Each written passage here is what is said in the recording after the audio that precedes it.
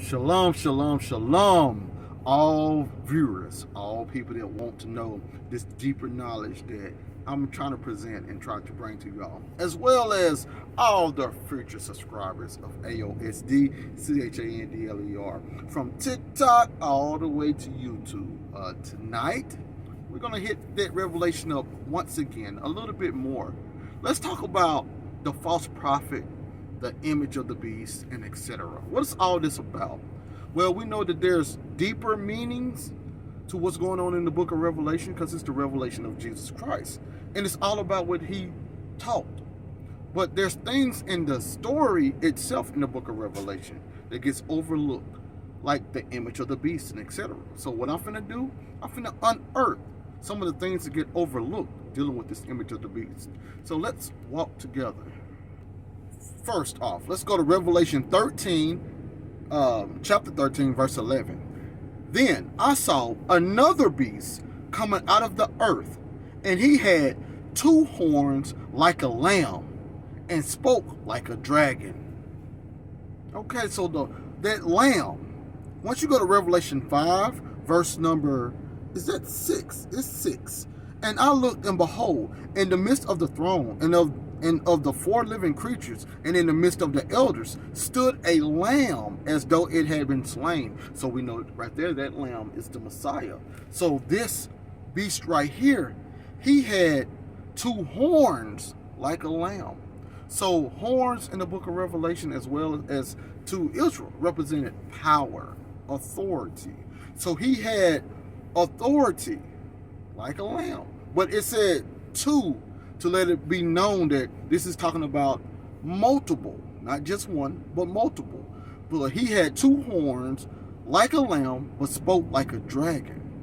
Now, we know the dragon is indeed Satan in the book of Revelation. Well, let's see what the dragon does in Revelation 13, verse number 2. Now the beast which I saw was like a leopard. His feet were like the feet of a bear, and his mouth like the mouth of a lion. So this one right here, he spoke like a dragon, not like a lion. So look what the dragon does. The dragon gave him his power, his throne, and great authority. So the dragon has the ability to give one power, throne, and authority. So what this beast is doing, he has horns, so he has power, just like the lamb. But he spoke like a dragon. In other words, he has the ability to explain, to teach people about a specific power that he has. So in other words, he has the ability to allow people to think or know that he has a specific type of power that he can grant them, just like the dragon did to the beast.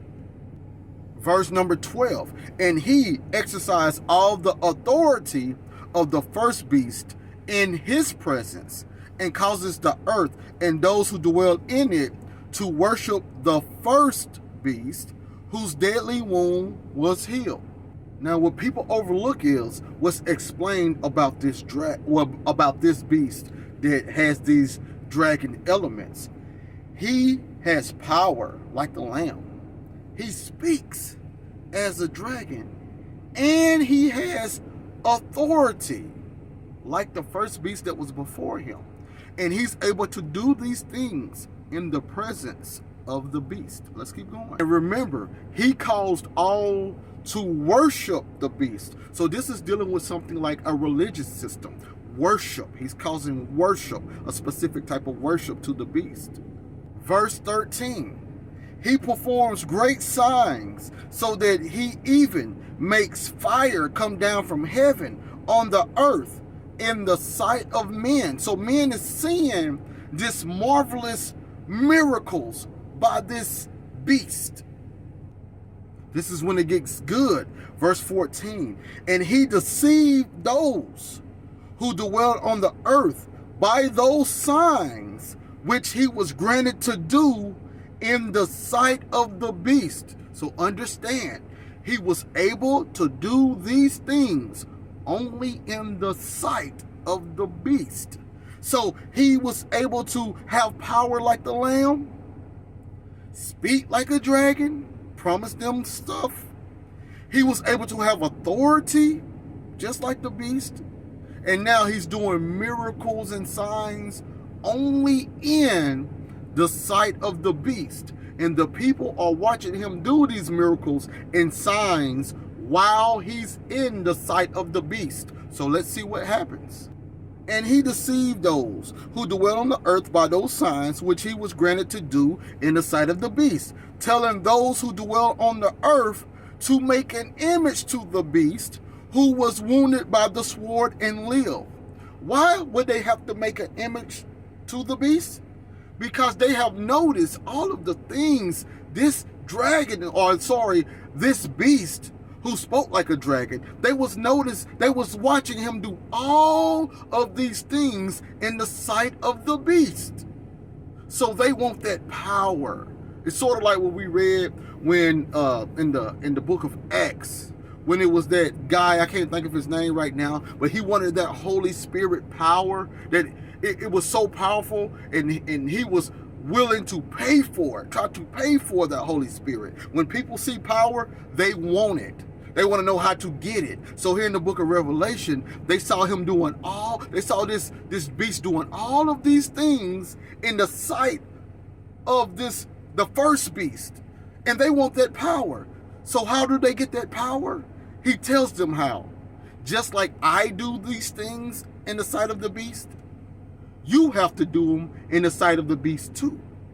But how about you make an image to the beast so each one of you can have the beast in front of you so you can do this power? See, I do this power in the sight of the beast. And if you want it to do it as well, you have to have the beast to be a part of you.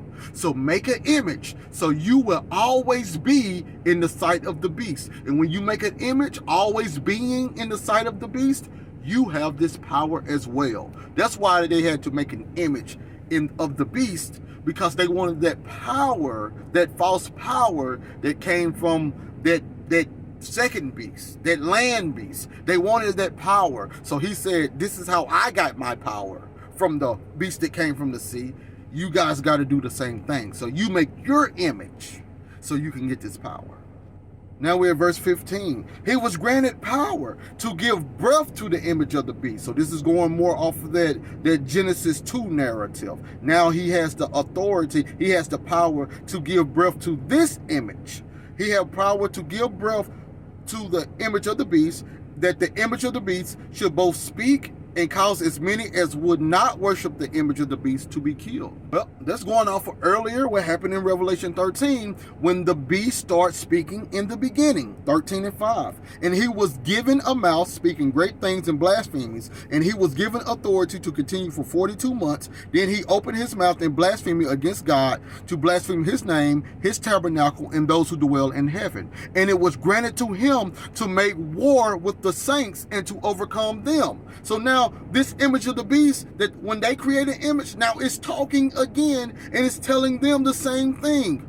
Make war against the saints. Anyone who goes against what I'm bringing out, what I'm saying, kill them. The same thing. He blasphemed God, and power was given to him to overcome the saints. Now, when this image that they created, when it starts speaking, it does the same thing, and it has them trying to destroy the people who would not worship the image. See, these people worship the image. So anybody outside, destroy the saints. That's the people who didn't. And it said he causes all, both small, great, rich, and poor, free and slave, to receive a mark on their right hand and their foreheads. And we could talk about what that meant later on. But first, I'm just trying to show y'all why the image had to be made, and what's going on with this image speaking and talking and causing people to be killed. It's just a reflection of what happened earlier in Revelation 13. The false prophet was creating more false prophets. That's the point. This one false prophet was creating more false prophets using false signs. Now, all of these things have a different enigmatic meaning, but the overall story on the flat reading, this is what's going on. Subscribe to the channel.